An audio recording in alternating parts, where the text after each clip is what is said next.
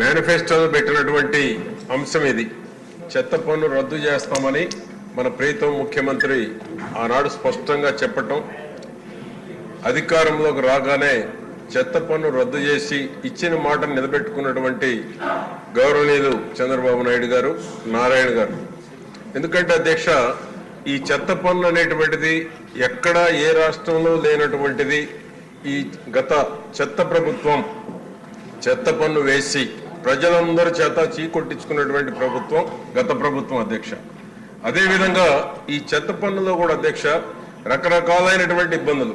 ఇప్పుడు మినిస్టర్ గారు చెప్పినట్టు పన్ను కన్నా చెత్త పన్ను ఎక్కువ ఉంది. ఇంటి పన్ను ఎంత ఉందో ఇంటి పన్ను కన్నా 5 రెట్లు చెత్త పన్ను.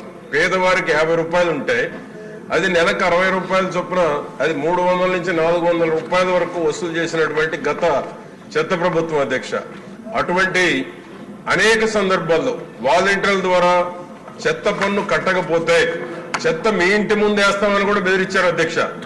ఆ విధంగా రకరకాలైనటువంటి వేధింపులకి ఈ చెత్త పన్ను వలన సామాన్యులు, మధ్యతరగతి, దిగువ తరగతి వారు అనేక ఇబ్బందులకు కూడా గురి కావటం జరిగింది అధ్యక్ష. అంతేకాకుండా ఈ చెత్త పన్నులో పెద్ద ఎత్తున ఒక స్కామ్ కూడా జరిగింది అధ్యక్ష.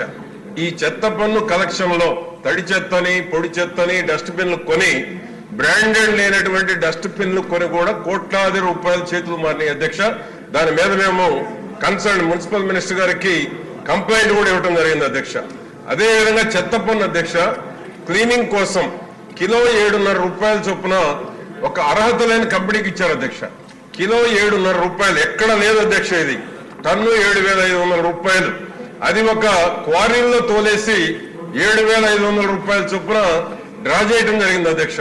దీంట్లో వందలాది కోట్ల రూపాయలు చెత్త పన్నులో జగన్మోహన్ రెడ్డి ప్రభుత్వం అవినీతికి పాల్పడి పెద్ద స్కామ్ కూడా చేయడం జరిగింది అధ్యక్ష. దీని మీద మున్సిపల్ మినిస్టర్ గారిని వెరిఫై చేసి చర్యలు తీసుకొని రికవరీ చేయాలని కూడా మేము రిప్రజెంటేషన్ కూడా ఇచ్చాం అధ్యక్ష. ఆ చెత్త పన్ను వల్ల ప్రజలు ఇబ్బంది పట్టమే కాకుండా చెత్త పేరుతో గత ప్రభుత్వం పెద్ద ఎత్తున దోపిడీకి కూడా పాల్పడింది అధ్యక్ష.